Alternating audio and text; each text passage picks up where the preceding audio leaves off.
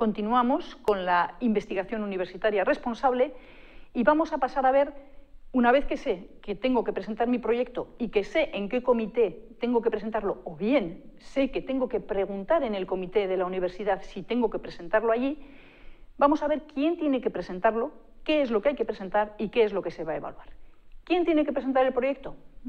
El investigador principal, el IP. ¿Y quién es el investigador principal? Bueno, pues es el responsable del proyecto, ¿vale? Es el responsable del proyecto en su conjunto, de su diseño, del seguimiento, de la ejecución, es decir, la cabeza visible. Siendo el responsable, tiene que presentar el proyecto, asegurarse de que no se empieza con el proyecto antes de obtener la aprobación del comité de investigación y tiene que notificar todas las modificaciones relevantes para una nueva evaluación por parte del comité.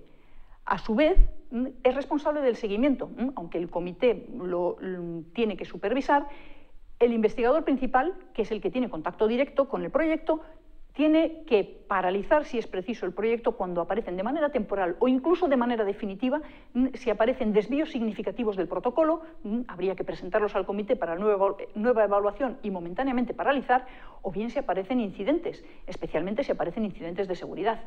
Se paraliza y se notifica. Si no lo hace, bueno, el investigador principal, hemos dicho que es el responsable, es responsable por los daños que se puedan ocasionar en relación con su proyecto.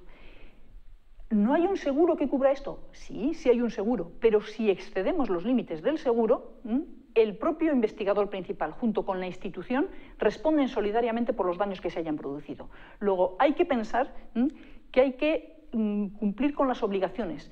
El investigador principal tiene que saber que para que su proyecto universitario esté cubierto por el seguro de la universidad, tiene que estar realizado en la universidad o por su personal y además tiene que tener informe favorable del comité de ética. Evidentemente no vale un ensayo clínico, pero es que el comité de ética de la universidad no evalúa ensayos clínicos con medicamentos. Bien, para obtener el informe favorable, efectivamente, el propio comité va a revisar que se cumplan los criterios éticos y los criterios legales correspondientes. Pero en principio, cuando el proyecto no sea solo universitario, sino que sea ajeno, es decir, estoy realizando parte en un centro externo, ¿esto me lo cubre el seguro de la universidad? En principio sí, si tengo el convenio correspondiente, si tengo la autorización, es decir, no es un mero papeleo, lo necesito para estar cubierto por el seguro. Si hay personal colaborador ajeno a la universidad, médicos en su consulta privada, centros privados de lo que sea, empresas, bien, necesito conformidad, es decir, un acuerdo escrito de conformidad de que esta persona va a colaborar y en qué condiciones. Cuando todo esto está conforme, esto está cubierto por el seguro de la universidad. Se cubre toda la actividad de investigación que cumpla estos requisitos, con lo cual estaría perfectamente cubierto el investigador principal. Bien, ahora, ya entiendo que estoy cubierto si cumplo los requisitos, un motivo más para presentar mi proyecto a valorar en el comité. ¿Qué es lo que tengo que presentar? Bueno, pues esto ya es un tema de trámite. Hay universidades en las que hay que presentar el protocolo completo de investigación. No es nuestro caso, en que está más simplificado y hay simplemente que rellenar un formulario, una memoria del proyecto. De manera relativamente sencilla, la mayoría de las universidades tienen ya en su página web para poder descargar cuál es el formulario que hay que rellenar para presentar. Normalmente, además, hay que presentar alguna documentación. Específicamente, por ejemplo, en investigación con humanos, con seres humanos, se suele presentar el documento de consentimiento informado y luego, pues eso, autorizaciones, convenios, es decir, otra documentación adicional a lo que es la descripción del proyecto en la memoria. Y, evidentemente, si hay alguna duda, se consulta en la propia página o se llama a la Secretaría Técnica. Bien, ¿qué es lo que me van a evaluar en el comité? Bueno, esto es lo que hemos visto en los módulos anteriores. A modo de repaso rápido, hay unos elementos comunes que se van a evaluar tanto si trabajo con animales, con agentes biológicos, organismos genéticamente modificados o con seres humanos.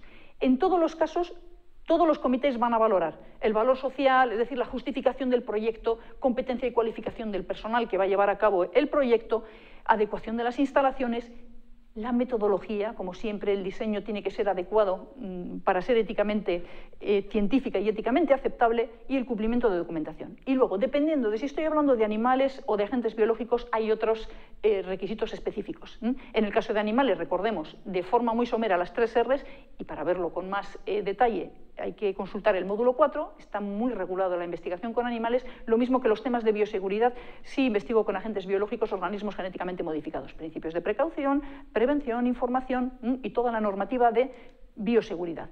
Y en humanos, pues, como hemos comentado, evaluación riesgo-beneficio, el mecanismo de reclutamiento, voluntariedad, consentimiento, confidencialidad. Ver los módulos 2 y 3 para verlo con más detalle. En definitiva, hablábamos del investigador principal. El investigador principal es el responsable del diseño, el responsable de presentar el proyecto, el responsable del seguimiento y notificación. Tienen el mayor mérito académico, efectivamente. Hay un investigador principal y el resto son colaboradores.